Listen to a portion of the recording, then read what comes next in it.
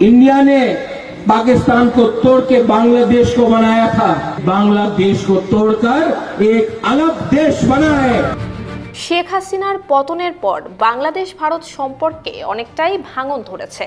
ফেনীর বন্যা, seven sisters এবং ইলিশ কাণ্ড অন্তত সেটাই প্রমাণ করে। এর মধ্যে সীমান্তে নিরাপত্তা জোরদারের পাশাপাশি বাংলাদেশকে নিয়ে একের পর এক হুঁশিয়ারি দিচ্ছে ভারত। কিন্তু এবার সরাসরি বাংলাদেশকে ভেঙে ফেলার হুমকি দিয়েছেন বিজেপির এক নেতা। ত্রিপুরায় ভারতের ক্ষমতাসীন বিজেপির অন্যতম গুরুত্বপূর্ণ মিত্র দল ত্রিপুরা মোথার প্রধান নেতা প্রদ্যোৎ কিশোর বলেছেন, বাংলাদেশকে ভাঙার ক্ষমতা ভারতের আছে। গত বৃহস্পতিবার দলটির নেতাকর্মী এবং সমর্থকরা বাংলাদেশের সংখ্যালঘু এবং উপজাতিদের উপর নির্যাতনের অভিযোগে একটি মিছিল করে। এরপর প্রদ্যোৎ কিশোর তার বক্তব্যে একথা জানান।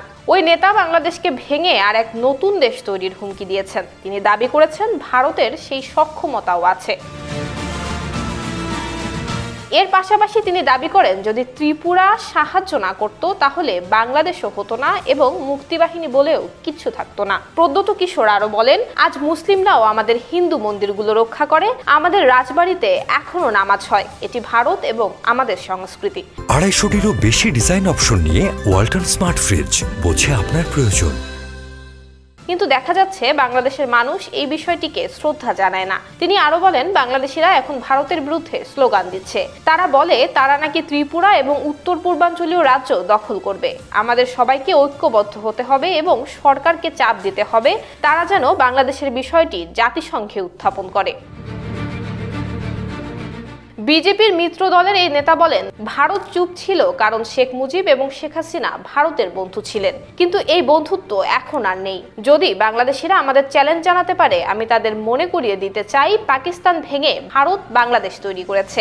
বাংলাদেশ ভেঙে আরেকটি দেশ তৈরি করার সক্ষমতাও ভারতের আছে।